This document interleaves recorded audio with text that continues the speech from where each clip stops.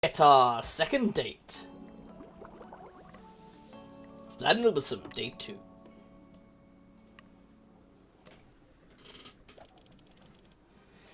Boss, I have a letter from Mr. Vlad Nibblesome. It is written in black ink on black paper, but by holding it up to the light, I was able to discover what it says.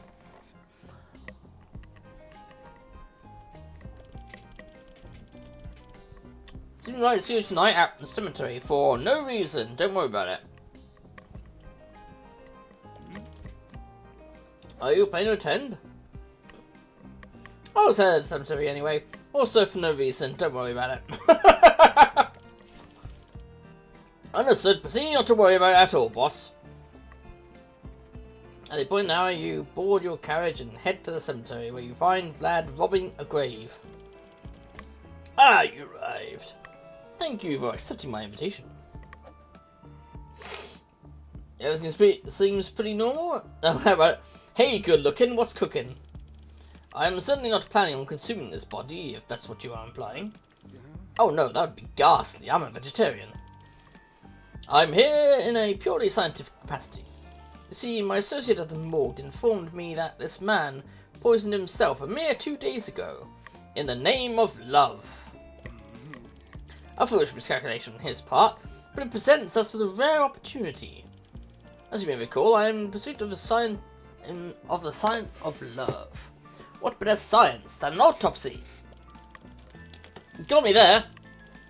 I've requested your presence because you seem very in tune with the concept of love and have proven yourself a capable peer by being rich and attractive. Also, you were the only one to respond to my invitation. I believe that by examining this lifeless body, we may be able to discover the psychological basis for love. I find it funny as I'm the only person that responded to. I'm sure at least Pit Whipple would have been like, what's he up to?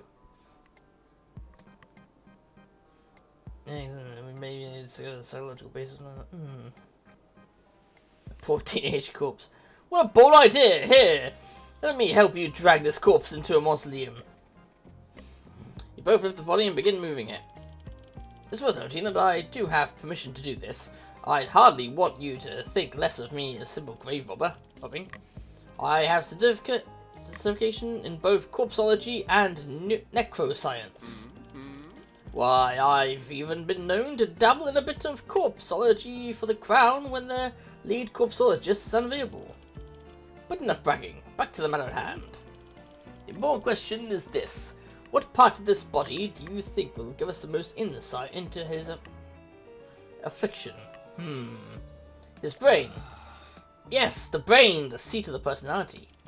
If love can be quantified, surely we can find some trace of it in there. You probably would from the chemicals, I would imagine, yes. But how will we know what to look for in there?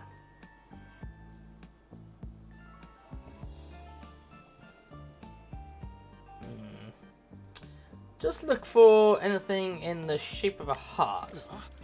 It's so simple. We think of the heart and brain as separate organs, but what if they were a heart in the brain? Stand back, I'll use my science hammer! But several fruitless, gooey minutes later, blast, I'm no closer to finding an amorous cortex than ever. The brain is mostly jelly now.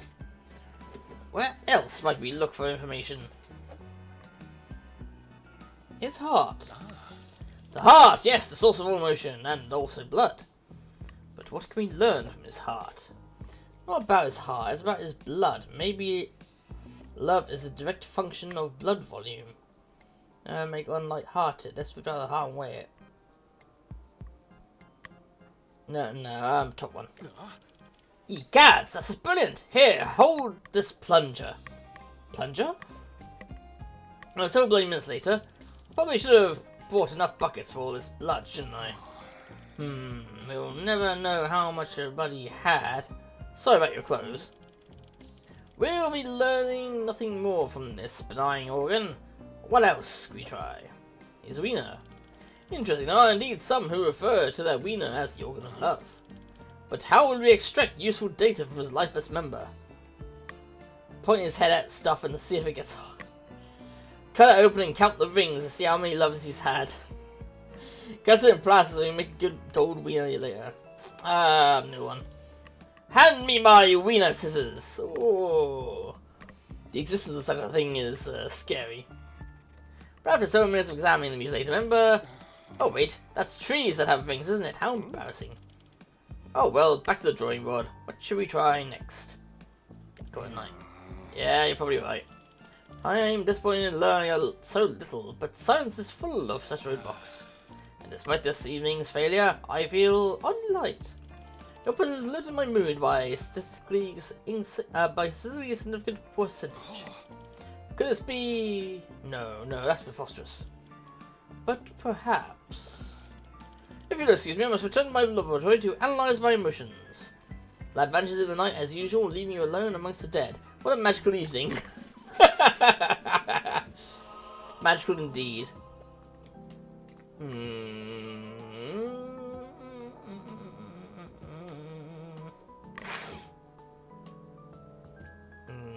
No. Because I've already got him in a costume that I think fits him perfectly. Suits him perfectly as it is.